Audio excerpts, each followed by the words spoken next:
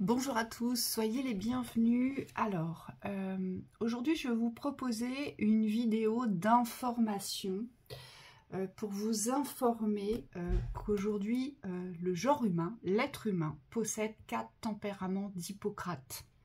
C'est Hippocrate qui nous les a fait découvrir et aujourd'hui je vous transmets cette information car ce n'est pas moi qui maîtrise ce sujet, mais il me semblait important aujourd'hui de vous faire part de la connaissance de vos tempéraments que vous allez devoir associer à des vertus de votre caractère. Il faut savoir que le tempérament, c'est quelque chose de physiologique, vous naissez avec. D'accord ? Vous portez 1 voire 2 tempéraments en général, assez dominants. Sur le plan terrestre, et vous portez les tempéraments je dirais, qui reflètent les polarités inversées dans l'âme. Donc on porte les 4 réellement. Le caractère, c'est quelque chose qui se travaille, qui se forge au fil de votre existence. Donc c'est quelque chose qu'il va falloir renforcer par des vertus. Et ces vertus vont venir bonifier le tempérament. Pourquoi ? Soit vous n'avez pas de caractère et c'est votre tempérament qui domine. Et là, parfois, ça peut être explosif, voire même, je dirais, pénalisant. Ou soit vous avez trop de caractère et donc le tempérament est complètement absorbé dans le caractère, donc c'est-à-dire qu'il est voire même inexistant. Et là, c'est pareil, il n'y a pas d'équilibre, il faut trouver un équilibre. Le but, c'est de garder son tempérament et de forger son caractère en renforçant les aspects négatifs du tempérament avec des vertus. Je vais vous lire les 4 tempéraments qui existent. Alors, il y a le colérique. Le colérique, il a des réactions rapides, vives, profondes, durables. Il vit dans l'impatience du résultat, il est très actif et énergique, il est véhément, il est déterminé, il est efficace, il est tenace. Il a plutôt tendance à dominer les échanges. C'est quelqu'un de très impulsif, magnanime et de très assuré, qui a besoin de grands projets. Il donne souvent l'image de quelqu'un qui est toujours devant, qui a besoin d'action pour exister. Sans les actions, le colérique, il s'ennuie, il s'appauvrit, voire il meurt. Hein, c'est dans son tempérament. C'est quelqu'un qui ne fait pas dans le détail, mais c'est quelqu'un qui va œuvrer. Et c'est quelqu'un qui a un regard franc, perçant et énergique. Il marche avec fermeté, il est résolu, il est souvent pressé et il vit les choses très fortement. Tout est dans l'intensité avec le colérique, dans l'intensité de l'action, du mouvement, du projet à réaliser. Alors, ce qui lui manque au colérique, eh bien, c'est cette humilité, c'est cette considération des autres. Pourquoi ? Parce que souvent, le colérique a tendance à plus considérer les choses, donc tout l'aspect matériel, que les gens, d'accord? Donc il va falloir qu'il utilise la vertu de son caractère, l'humilité, pour emmener les gens avec lui vers la réussite, pour emmener les gens à la construction, pour responsabiliser les gens, pour déléguer, pour donner du pouvoir aussi aux autres, parce qu'il a tendance à vouloir garder le pouvoir pour lui, parce qu'il croit qu'il ira plus vite. Et surtout, il a tendance aussi à croire que il n'y a que lui qui puisse œuvrer de cette façon-là. Donc, il a besoin d'utiliser cette vertu d'humilité pour pouvoir œuvrer dans l'ensemble, c'est-à-dire emmener tout le monde avec lui.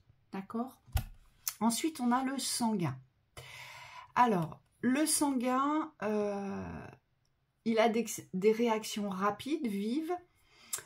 Il est plutôt superficiel, il s'intéresse aux choses sur la courte durée. C'est-à-dire que le sanguin, il ne vit que dans l'instant présent. Il ne peut pas se projeter sur demain, il ne s'intéresse qu'à ce qu'il vit dans l'instant.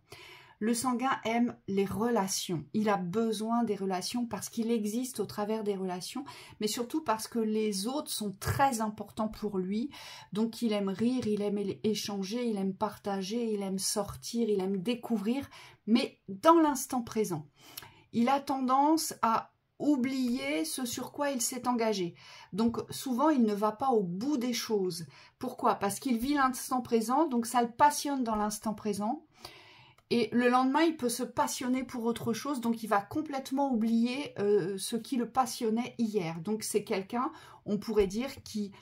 Alors, c'est pas quelqu'un de dispersé, mais c'est quelqu'un qui vit que le présent. Donc forcément, il ne porte plus d'intérêt à ce qui s'est passé hier ou ce sur quoi il s'était engagé hier. Hein. Et lui, il va falloir, par son caractère, qu'il utilise cette vertu de l'endurance. C'est-à-dire qu'il faudrait, pour que le sanguin soit, je dirais, dans son plein pouvoir, il faudrait qu'il renforce l'endurance, qu'il cultive l'endurance. Donc, il faudrait qu'il aille au bout des choses. Ce sur quoi il s'engage ou ce sur quoi il va porter, susciter son intérêt. Alors, il aime la vie sous tous les angles, hein, le sanguin, il est très joyeux, il est animé, il est optimiste, il est ouvert dans ses relations, il fait rire, il est enthousiaste et il sait s'adapter à toutes les situations dans diverses conversations. Il passe très facilement d'un sujet à l'autre, hein, c'est ce que je vous expliquais. Et donc, il a un regard naturellement joyeux, accueillant. C'est plutôt, le sanguin a souvent le visage assez jovial, vous savez, avec ce petit sourire, les petits yeux plissés, voilà. Il est agréable à regarder, le sanguin. Hein. Son pas est rapide, léger. On pourrait même dire qu'il ne marche pas, qu'il danse. Moi, je dirais même, on a peut-être aussi la sensation qu'il ne touche pas forcément le sol, le sanguin, quand il marche. Vous voyez, tellement il se sent dans la légèreté de la vie. Hein. Le flegmatique. Alors lui, le flegmatique, ce qu'il veut, c'est vivre en harmonie. Ses réactions sont lentes et peu profondes. Il est patient, calme, posé. Il demeure constant dans sa façon d'agir. Il est prudent et diplomate. Il veille à arrondir les angles. C'est quelqu'un de réfléchi, d'impartial, de fiable. Le flegmatique manifeste peu d'émotions. C'est pas quelqu'un qui va se confier sur son état émotionnel. C'est quelqu'un, le flegmatique, de rationnel. Hein. Il est terre à terre et c'est quelqu'un qui est associé au ratio de la physique. Donc lui, il a besoin de s'ouvrir à la grandeur. Il a besoin de s'ouvrir aux rêves, le flegmatique. Il a besoin de vivre ses rêves, donc de se mettre en route vers ses rêves. Le flegmatique, pour qu'il puisse, je dirais, sortir d'une réalité très conforme, très réaliste, eh bien, il faut qu'il croie en la magie, en l'émerveillement, il faut qu'il se monte en vibration, il faut aujourd'hui qu'il adhère à un espace bien plus haut, bien plus grand, il faut qu'il adhère à un espace subtil, il faut qu'il adhère au cœur, à l'intuition, parce qu'il est souvent dans la réflexion en fait, le flegmatique, hein, il est terre à terre, donc forcément il est rationnel, donc il va passer par la réflexion, mais par contre lui ce qu'il veut avant tout c'est être en paix, il a besoin de paix, donc il va souvent dire lâcher des choses ou proposer des choses, ne pas battre ou combattre, il déteste les conflits, donc il va souvent se délester pour être en paix, pour garder sa paix, d'accord. Le flegmatique peut être aussi considéré parfois comme étant paresseux, hein, comme étant quelqu'un qui aime rester dans son espace de paix, de cultiver dans son espace de paix, et donc quelqu'un qui n'est pas très vif au final, qui n'est pas souvent enclin à la vitalité. Hein. Pour qu'il soit enclin à cette vitalité, on nous dit qu'il faut qu'il ouvre les rêves, il faut qu'il ouvre la grandeur.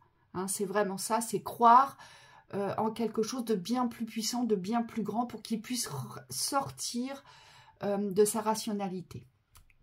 Ensuite, on a le mélancolique. Alors, le mélancolique, c'est un tempérament qu'on pourrait considérer comme fragile. Alors, je dis bien considéré, il n'est pas fragile, d'accord? Il est réfléchi, il est très méthodique, il est mélancolique dans les réactions, il a des réactions lentes, profonde, durable. Il vit la vie sous l'angle du élèvelon, je vais y arriver,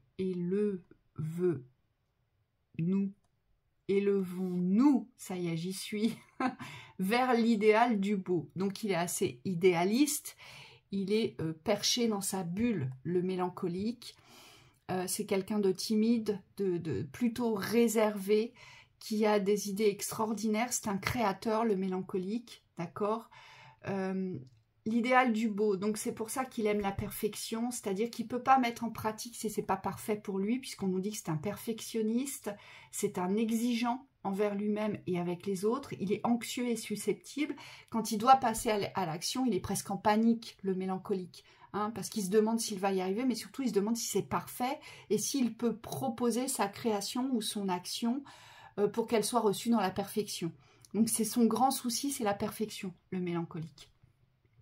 Il est très besogneux, il est assez pessimiste et très sensible. Oui, le mélancolique, il a cet aspect où il a cette capacité de voir ce qui ne va pas aller, ce qui ne va pas marcher.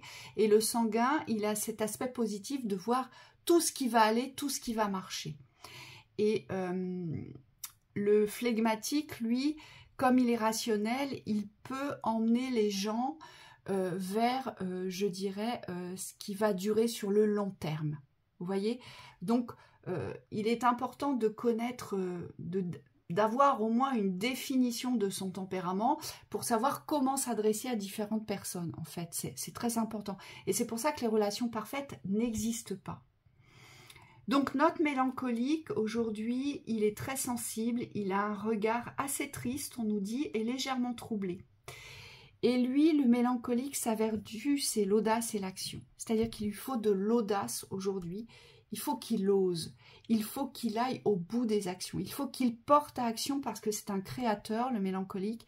Et souvent, il porte pas action parce qu'il a peur que ce ne soit pas vu ou reconnu comme étant quelque chose d'idéal ou de parfait.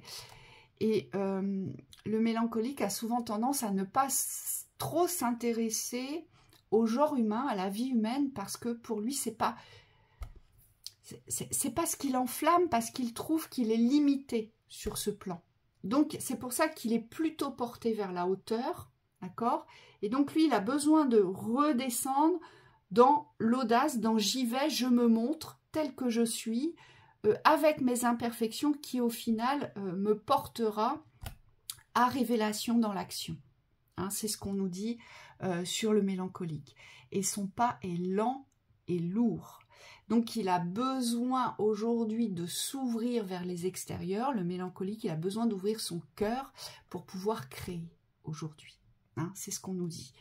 Et donc, forcément, tous ces tempéraments que l'on va renforcer par une vertu de son caractère que je vous ai citée. Donc, le colérique, c'est l'humilité. Le sanguin, il doit devenir endurant. Le flegmatique, il doit s'ouvrir au rêve, à la grandeur. Le mélancolique, il doit s'ouvrir à l'audace et à l'action. Pourquoi? Eh bien, pour pouvoir vous réaliser. Aujourd'hui, il est important de se connaître, savoir qui l'on est, comment l'on fonctionne. Et c'est physiologique, les tempéraments. Donc, vous naissez avec, c'est intrinsèque.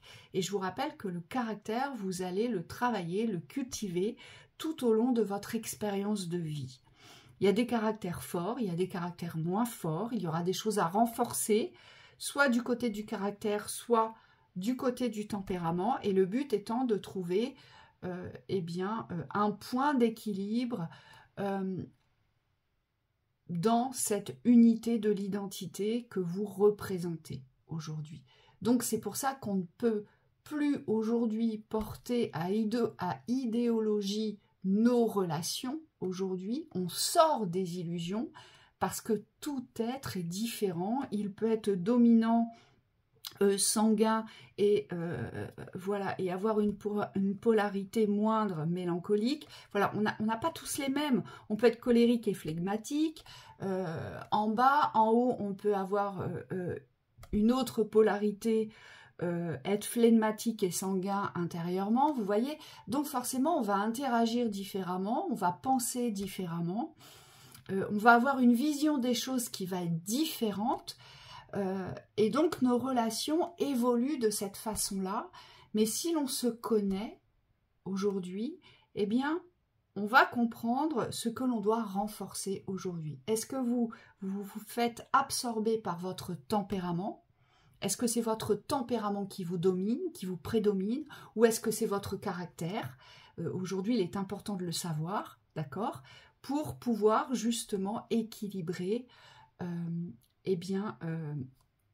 le tempérament et le caractère pour vous réapproprier cette identité qui est la vôtre dans le respect de ce que vous représentez, donc dans le respect de vos besoins.